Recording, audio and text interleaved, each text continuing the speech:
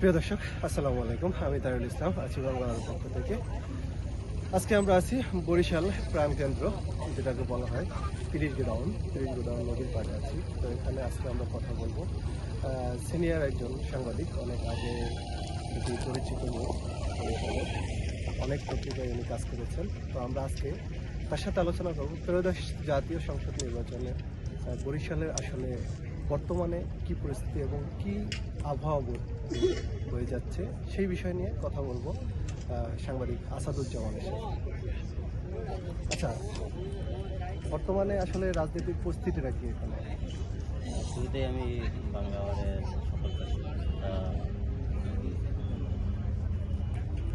বরিশালে বর্তমান যে প্রেক্ষাপটটা, সেটা বরিশালের বিভাগীয় সদর আসন, সদর 5 আসন। এখানে হেভিওয়েট প্রার্থী আছেন বিএনপির চেয়ারপারসনের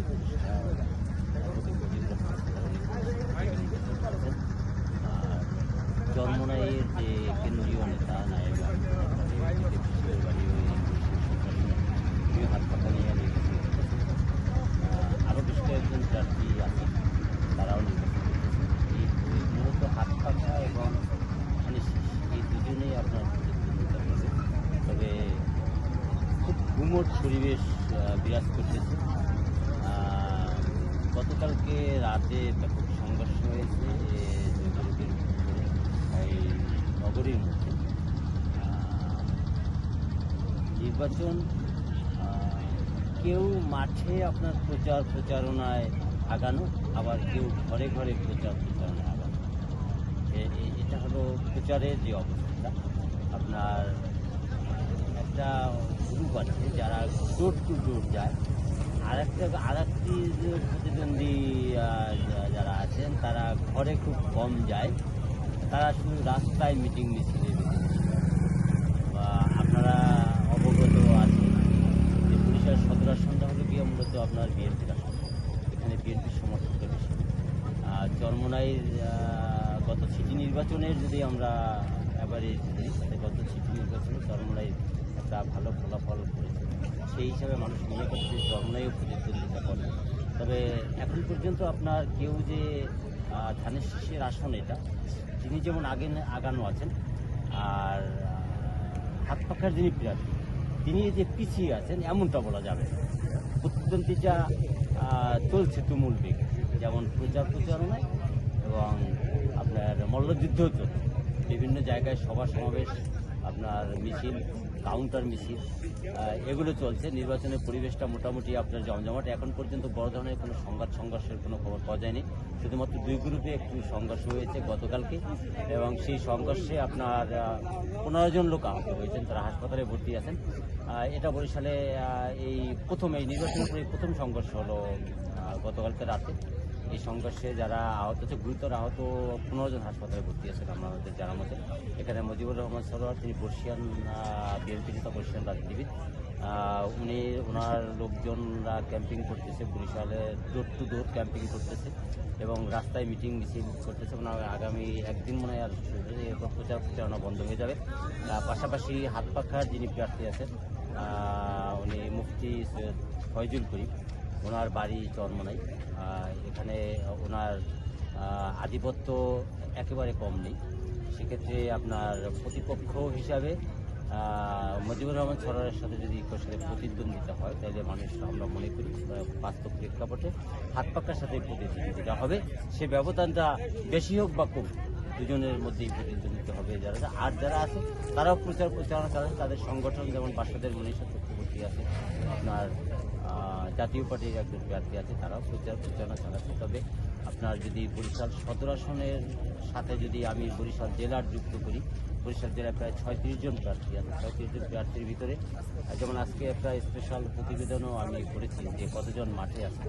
আপনি মনে করেন যে শুধু প্রতিদ্বন্দ্বী প্রত্যেকটা আসনে, যেখানে জামাত আছে, হাত পাখা আছে আর বিএনপি, এই 3টা বাদে আর যারাই মনোনয়নপত্র দাখিল করেছেন বা নির্বাচনের মাঠে প্রার্থী হিসাবে শুধু প্রতীক নিয়ে যাবেন, তাদের প্রচারণা একেবারে নেই বললেই চলে।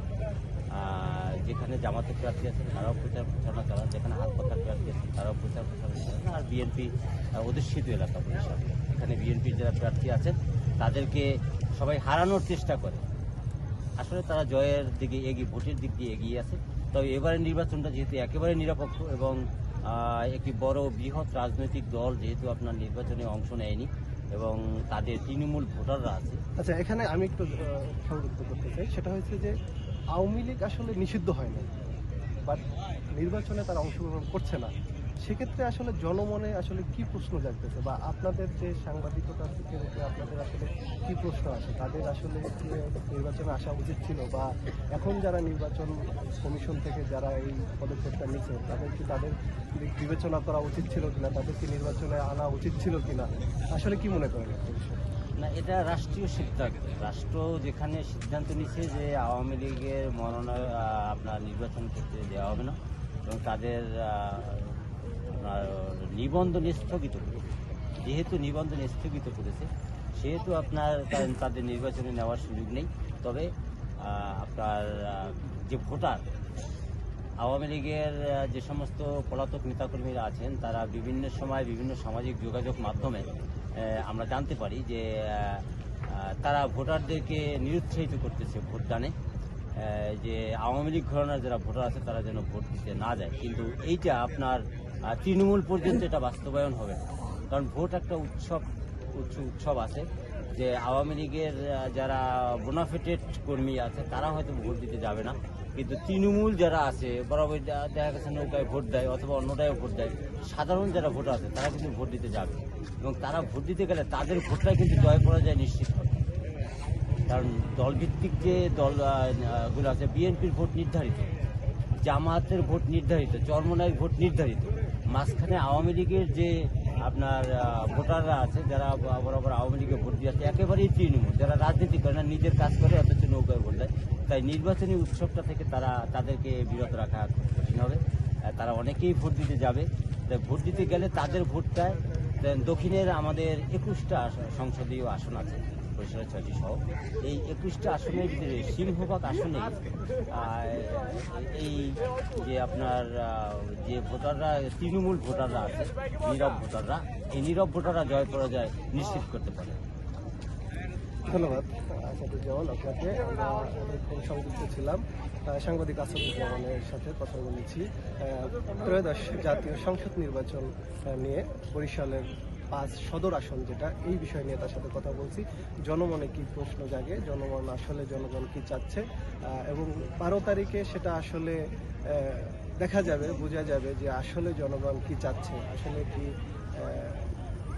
বিএনপিকে চাচ্ছে, হাত পাতাকে চাচ্ছে নাকি জামাতকে চাচ্ছে, সেটা আসলে 12 তারিখ রেজাল্টেই বোঝা যাবে যে আসলে জনগণ কি চাচ্ছে। আমাদের সাথে থাকার জন্য ধন্যবাদ।